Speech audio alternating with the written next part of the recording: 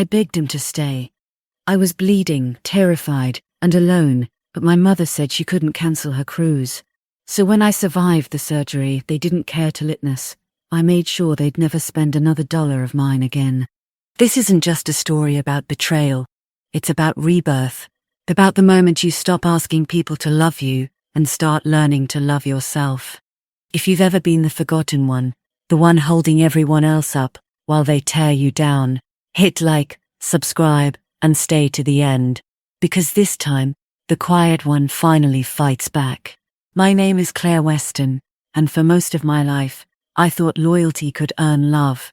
Turns out, it only teaches people how to use you better. It was Christmas Eve, 9:13 p.m., at Riverbend Memorial Hospital. My stomach was on fire, a sharp, twisting pain that made every breath feel like glass. The nurse's voice was calm as she adjusted my IV. "Internal bleeding," she said. "We need to operate tonight." My hands trembled as I clutched my phone. I had no one else to call but my parents. They were supposed to be watching my son, Noah, while I worked through a few freelance design deadlines. Instead, they were at an all-inclusive Caribbean resort, celebrating my sister's promotion trip. Still, I dialed my mother. She answered on the third ring, laughter and ocean waves echoing in the background. "Claire, can this wait? We're about to go to dinner." "Mom," I whispered, voice cracking. "I'm in the hospital. The doctors say I need emergency surgery. I need someone to take Noah for a few days." There was a pause, the kind that burns hope out of you. Then she sighed. "Oh, honey. Why now?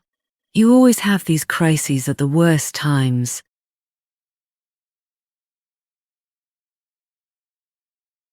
My father's voice chimed faintly in the background. "Tell her to call a babysitter." "I tried," I said, desperation leaking into every word. "Everyone's with family. Please, Mum." "Claire," she snapped, tone sharpening. "We can't just cancel our vacation. You're an adult. Handle it." And then the call ended. The phone slipped from my hand, clattering against the hospital bed rail. The heart monitor beeped faster as tears blurred my vision. I wasn't just in pain. I was invisible. The next morning, I woke from anesthesia to the sound of a soft voice. A woman stood beside my bed, adjusting Noah's blanket in the chair next to me. "I'm Leah," she said. "Your nurse asked me to come. I run a childcare non-profit. We help single parents in crisis." My throat tightened. "You took care of my son?" She smiled. "He's a sweet kid. You just rest, all right?" That's when something inside me shifted. Kindness from a stranger felt more like family than anything I'd ever gotten from my own blood. And as the morphine haze pulled me back under, I made a silent promise to myself. If I survive this, I'm cutting them off, completely. When I was discharged 4 days later, I didn't call my parents, I didn't text them. But I saw the missed calls, 37 of them. They weren't about me. They were about money. Because for the past 5 years, I'd been sending them $2,000 a month, covering their mortgage and retirement expenses. They'd spent decades living above their means, assuming their eldest daughter, the quiet, responsible one, would fix it. But not anymore. That night I logged into my bank account, cancelled every automatic transfer, and sent a single message. "The support stops today. I almost died, and you chose a vacation. You've lost your funding and your daughter in the same week." Then I blocked their numbers. It was the first night I slept peacefully in years. They taught me blood was thicker than water, but mine had to bleed first to learn the truth. For the first few weeks, I poured everything into recovery and Noah. The surgery scar healed slowly, but the emotional one stayed raw. Some nights I'd wake up sweating, hearing my mother's voice in my head. "You're so dramatic, Claire. No one wants to take care of a woman who can't handle life." Leah, the woman who'd helped during my hospital stay, checked in often. She became the first friend I'd had in years who didn't expect anything from me. She dropped by with groceries, chat over coffee, and never once brought up my family unless I did. One afternoon, while helping Noah build a Lego fort on the floor, she asked gently, "Have they tried to reach you?" I hesitated. "They're trying. Through my sister." Her brow furrowed. "And what does she want?" I laughed, bitter and short. "To remind me that I owe our parents after everything they've done for me." Leia tilted her head. "And what have they done for you?" That stopped me cold, because when I thought about it, I couldn't name a single thing. A week later, a letter came. Handwritten.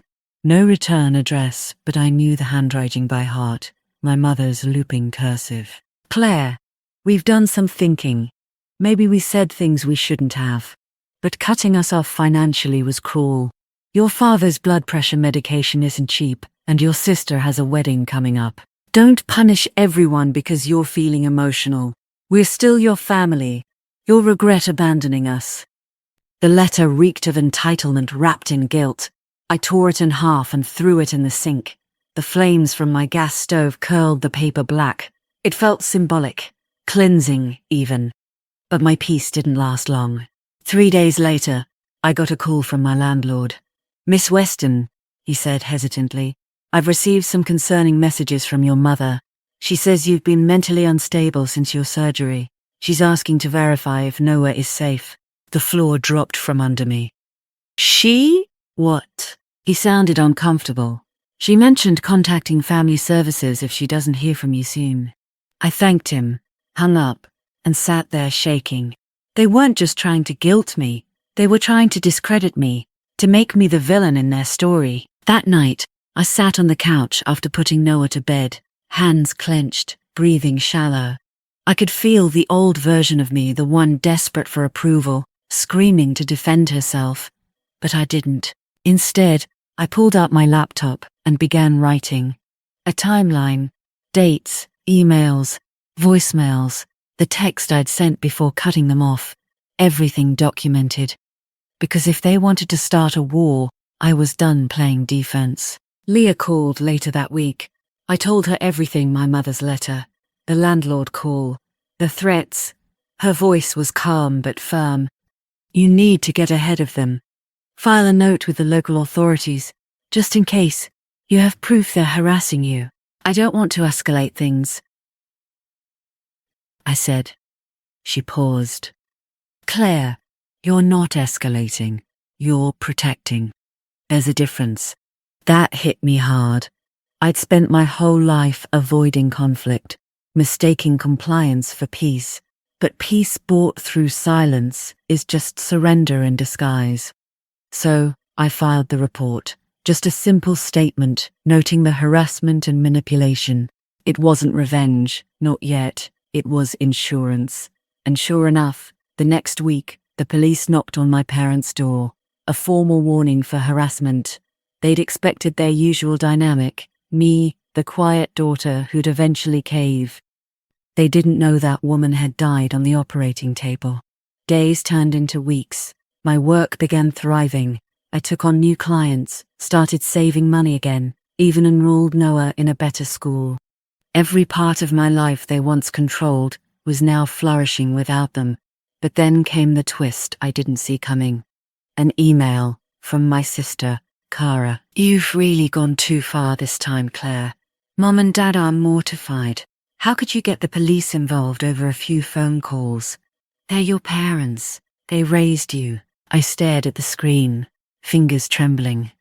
Raised me. They fed me, clothed me, sure. But they never raised me. They used me. Still, a part of me felt that old ache, the one that craves belonging, even when belonging hurts. "So, I did what I hadn't done before," I replied.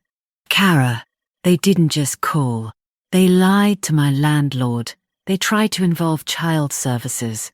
You can pick their side if you want, but don't you dare rewrite mine." Her reply came within minutes. "You've changed." I smiled. Exactly. That night, I sat outside on the porch, watching rain streak the railing. No tears, just quiet. Freedom, I realized, isn't a feeling. It's a decision you make every single day, to stop explaining, stop apologizing, and stop waiting for people to care. They thought I'd crawl back, desperate for their approval. But I wasn't coming home, not this time. I was building a new one they'd never be welcome in, again. Revenge isn't about payback, it's about clarity. That quiet, steady realization that you owe nothing to those who only took. Months passed after I cut them off, and for the first time in years, my life wasn't drowning in noise. No guilt, no phone calls, just me, Noah, and a peace I'd never known before. But peace never lasts when narcissists are involved. Because people like my parents don't miss you, they miss your usefulness. It started with a message from an unknown number. "Claire, this is Dad. I know we didn't end on good terms, but your mother's been sick. Please call us, it's important." My heart clenched not with worry, but instinct, because for all their emotional manipulation, they'd never played the health card before. I didn't reply. Instead, I checked their social media, and there it was. Photos of my mother smiling at brunch, my father holding champagne, a caption that read, "Finally found a buyer for the house. New beginnings." Sick, indeed. 2 weeks later, a letter arrived, formal, embossed with the seal of a law firm. "Dear Ms. Weston, our clients, Mr. and Mrs. Weston, are seeking temporary financial assistance to settle outstanding mortgage obligations. They have informed us you previously contributed monthly payments towards said property and intend to resume these in good faith. Please contact us to arrange repayment." I laughed. Actually laughed. They'd sold the house I'd helped pay for, and now they wanted me to cover the closing costs. My stomach twisted. Not from pain this time, but from fury. 6 years of financial dependence. 6 years of, "You're so lucky to have parents who care enough to help you budget." No. Enough. The next day, I called Leah. She answered on the first ring. "You sound like you're planning something." "I am," I said. "But not what they expect." "Talk to me." "I'm going to help them," I said. "Just not the way they think." There was a pause. Then Leah smiled through the phone. "I'm listening." That evening, I opened every financial record I had, every transfer, statement, transaction, and bank log from the years I'd supported them. Over $120,000 in total, all traceable, all verifiable. Every deposit marked family support became evidence, not of generosity, but of exploitation. With Leah's help, I drafted a formal affidavit documenting each payment, not for revenge, for legal accountability. Because here's the truth about manipulators: they thrive in the shadows. The moment you document the damage, their power dissolves. The next week, I mailed a single certified letter to their attorney. "Dear counsel, I have no legal obligation to continue supporting your clients. Any claims otherwise are false. Attached are records of all past payments, including the total amount transferred. I consider these loans, issued without repayment, now null and void. Any further attempts to obtain funds will result in legal action for harassment and fraud. No emotion, no apologies, just math." 2 days later, I received a frantic voicemail from my mother. "Claire, how could you do this? We're drowning. That house was your childhood home." I didn't respond, because the truth was, it hadn't been a home for me in a long time. But she works quietly, and she's patient. A month later, I got a message from my sister. "You might want to check the news." There it was, a local headline. "Former real estate couple under investigation for tax evasion." Apparently, my parents hadn't declared rental income for nearly 3 years, the same period I'd been sending them money for bills. They'd used my deposits to hide income and evade taxes, and because of my affidavit, the paper trail now pointed directly to them. Leah and I sat in my living room that evening, sipping tea, watching the story unfold. "You didn't have to lift a finger," she said. I smiled faintly. "That's the thing about truth. It doesn't need to shout. It just needs to be written down. She chuckled. What are you going to do when they come crawling back? I stared at the flame of the candle between us.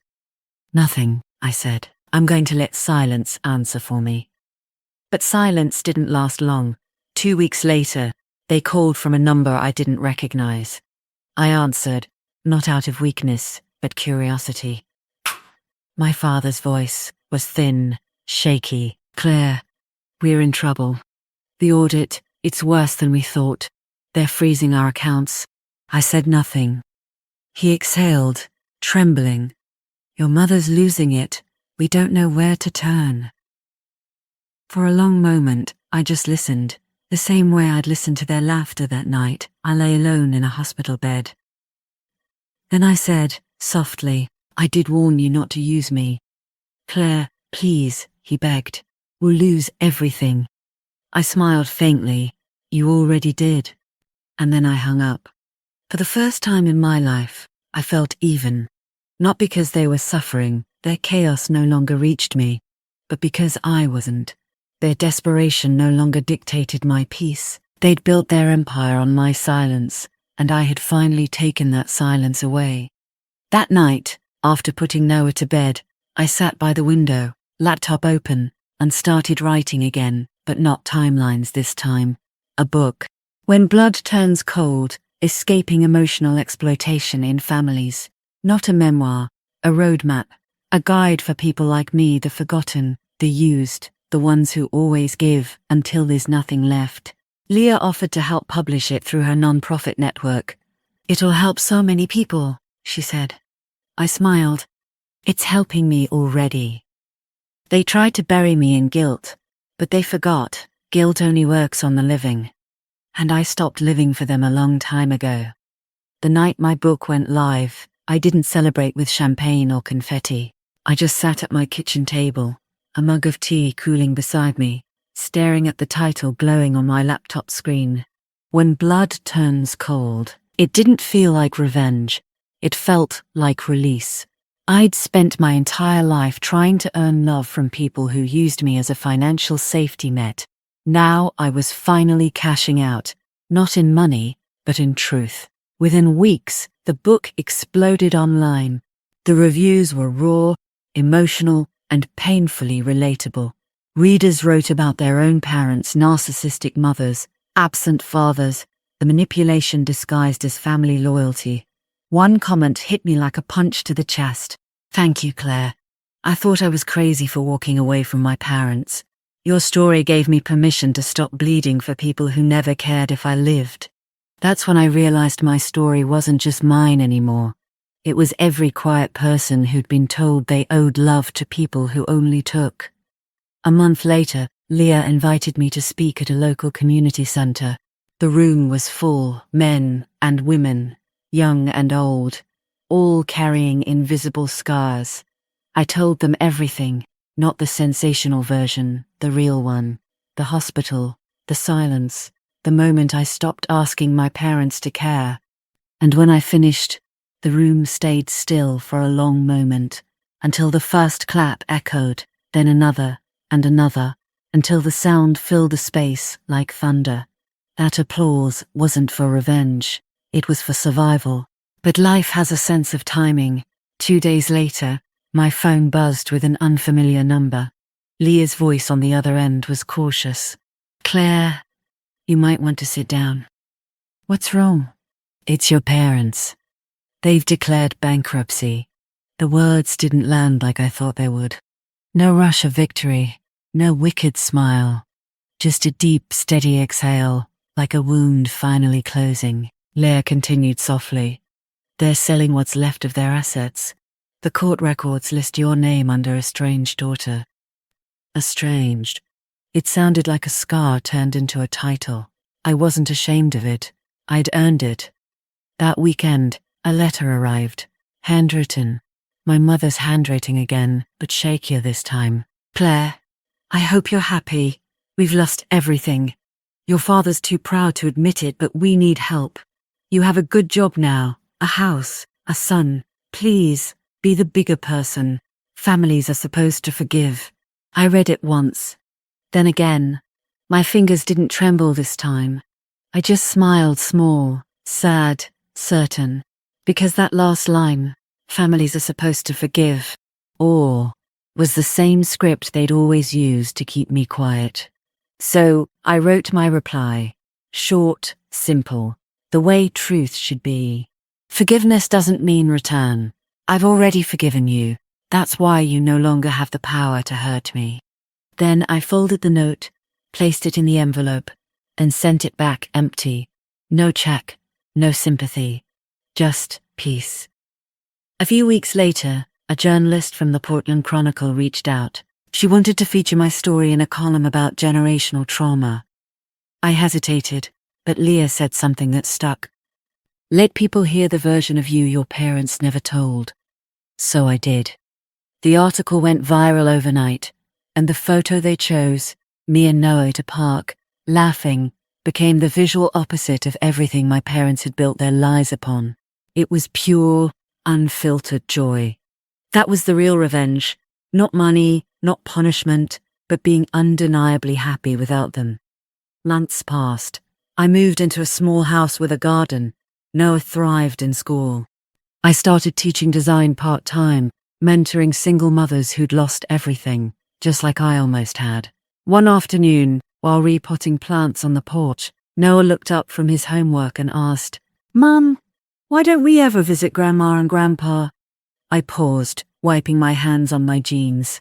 "Because sometimes," I said softly, "the best way to love people is from far away." He nodded thoughtfully, then went back to drawing. No judgment, no sadness, just acceptance. Kids understand peace better than adults do. That night, I sat by the window, rain whispering against the glass, and realized something profound. I hadn't won. I'd ended the war. The battle wasn't about proving them wrong. It was about proving to myself that I could live without their approval and still be whole. A year later, When Blood Turns Cold was reprinted in 5 languages. A nonprofit used excerpts from it in therapy groups, and during one of the book tours, a young woman hugged me through tears. "My mom abandoned me in the hospital too," she whispered. "But after reading your story, I didn't call her back either. I started over. Thank you." In that moment, I realized revenge had turned into purpose. Pain had become blueprint. And every woman who walked away because of my words was part of the justice I'd been seeking all along. The final chapter of my story wasn't loud. It was simple. My parents never apologized. They never tried again, and I never went back. But I did send them one last thing, a signed copy of my book, addressed to Mr. and Mrs. Weston, with one line handwritten inside the cover. "Some debts can't be paid back, only written off." People always say, blood is thicker than water. But that's not the full quote. It originally meant, the blood of the covenant is thicker than the water of the womb. In other words, the bonds you choose are stronger than the ones you're born into. And I chose peace. I chose Noah. That chose a life built on love, that didn't need to be earned. My parents lost everything they valued. Money, image, control. I gained everything they never understood. Freedom, integrity, and a son who knows love doesn't come with conditions. That's not revenge, that's evolution. If you've ever been the one left behind, remember this. Their silence isn't your punishment, it's your permission to heal. Like, share, and subscribe for more stories where peace isn't just revenge, it's the ultimate closure.